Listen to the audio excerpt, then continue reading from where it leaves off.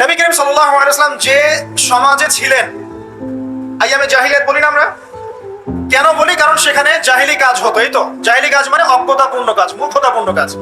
তাহলে জাহেলকে যে জাহিলিয়াতের কাজ করে সেই জাহেল, আলেমকে যে ইলম অনুযায়ী আমল করে সে আলেম। একইভাবে জাহেল সে যে জাহিলিয়াতের কাজ করে। আইয়ামে জাহিলিয়াতে নবী সাল্লাল্লাহু আলাইহি ওয়াসাল্লাম যখন নবী হচ্ছেন বা নবী হওয়ার আগে পরের সময়টা আপনি একটু সিরাত ঘাটাঘাটি করে দেখেন, দেখবেন ওখানে মেইন সমস্যা ছিল শিরক। শিরক, আল্লাহ পাকের একত্ববাদের সাথে শিরকের মিশ্রণ, 1 নাম্বার। 2 নাম্বার ছিল রিবা, সুদ। সমাজের ইকোনমি পুরো সুদ ভিত্তিক ছিল। 3 নাম্বার দেখবেন মাদক, খামার, খালি মাদকের ছড়াছড়ি। 4 নাম্বার দেখবেন এই যে নারী জাতির ফিতনা, নারীর অবমাননা। নারীকে কোন মোটেই মূল্যায়ন করা হতো না। তবে এতটুকু বলে নেই, ওই যুগেও নারীদের পোশাকটা শালীন ছিল এই যুগের চাইতে। ওই যুগেও নারীদের পোশাকটা শালীন ছিল এই যুগের চাইতে, কিন্তু ওদেরকে অধিকার দেওয়া হতো না, বৈবাহিক অর্থনৈতিক অধিকার দেওয়া হতো না। জেনা ছিল বেশি, ব্যভিচার ছিল বেশি, জুয়া এগুলো বেশি ছিল, এবং গোত্রীয় হানাহানি, দ্বন্দ্ব সংঘাত বেশি ছিল। এখন আপনি একটু ঠান্ডা মাথা চিন্তা করেন যে এই প্রত্যেকটা প্রবলেমস এখনকার বিশ্বে নাই? ওই জাহিলি যুগের চেয়ে বেশি আছে না কম আছে? এখন তাহলে কোন যুগটাকে আমরা আইয়ামে জাহিলিয়াত বলবো? ওই যুগটাই কি শুধু আইয়ামে জাহিলিয়াত, নাকি আবার জাহিলিয়াত ফিরে এসেছে? প্রতিটা জায়গায় আপনি ঘেটে দেখেন শিরকের ছড়াছড়ি আছে। ইভেন মুসলিমদের মধ্যেও আছে, মুসলিমদের ভিতরেও শিরক আছে। প্রতিটা ডিপার্টমেন্ট ঘাটেন রিবা আর রিবা। সুদ ছাড়া আমরা চলতে পারি না। সুদ খাবো আর বলবো যে নবীকে গালি যারা দিয়েছে ওদেরকে হত্যা করো, এই কথা বলছি আমরা, তাই না? নিজে আবার সুদখোর। তুমি নিজেই তো আল্লাহ এবং তার রাসূলের সাথে যুদ্ধ করছো। আল্লাহ পাক কি বলেছেন? যে ব্যক্তি সুদ ছাড়ছে না সে কার সাথে যুদ্ধ করছে?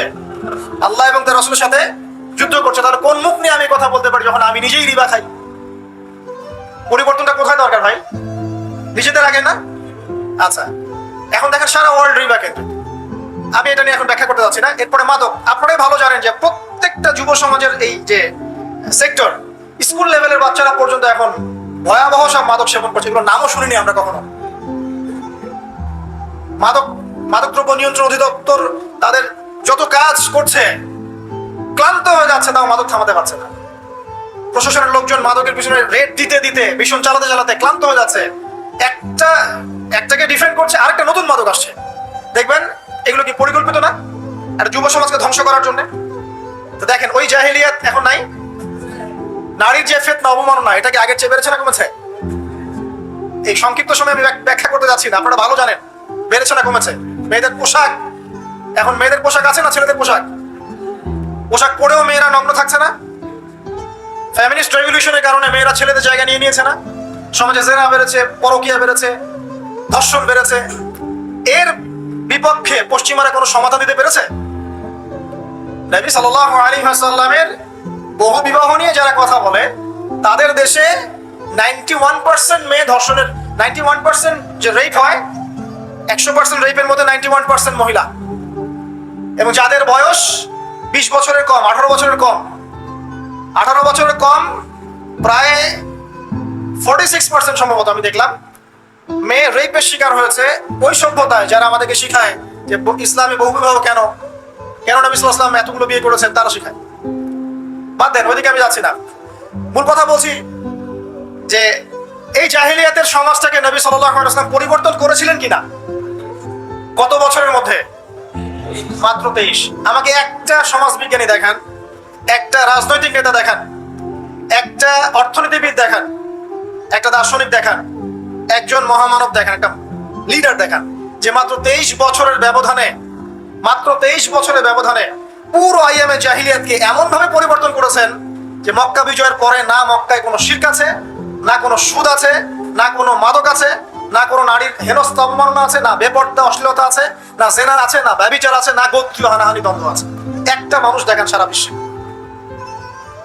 চরিত্র কি নিয়ে গঠিত হয়? শুধু কি বিবাহ কেন্দ্রিক বিষয় নিয়ে চরিত্র গঠিত? মানুষের চরিত্র বলতে আমরা কি বুঝি? তার কথা, তার কাজ, তার আকীদা, তার আচরণ, তার ইবাদত, তার মুআমালাত, তার সামাজিক ব্যাপার স্যাপার, তার সিলাতুর রাহিম, তার সমাজ জ্ঞান, তার অর্থনীতির জ্ঞান, তার পলিটিক্যাল জ্ঞান, সবকিছু মিলেই তো একটা মানুষের ক্যারেক্টার। যখনই ক্যারেক্টারের প্রশ্ন আসে নবী সাল্লাল্লাহু আলাইহি ওয়াসাল্লামকে নিয়ে সরাসরি চলে যায় বিবাহ। কারণ আর কোনো সেক্টর নাই ক্যারেক্টার নিয়ে আলোচনা করার। ওগুলো তো ডিফেন্ড করাই যাবে।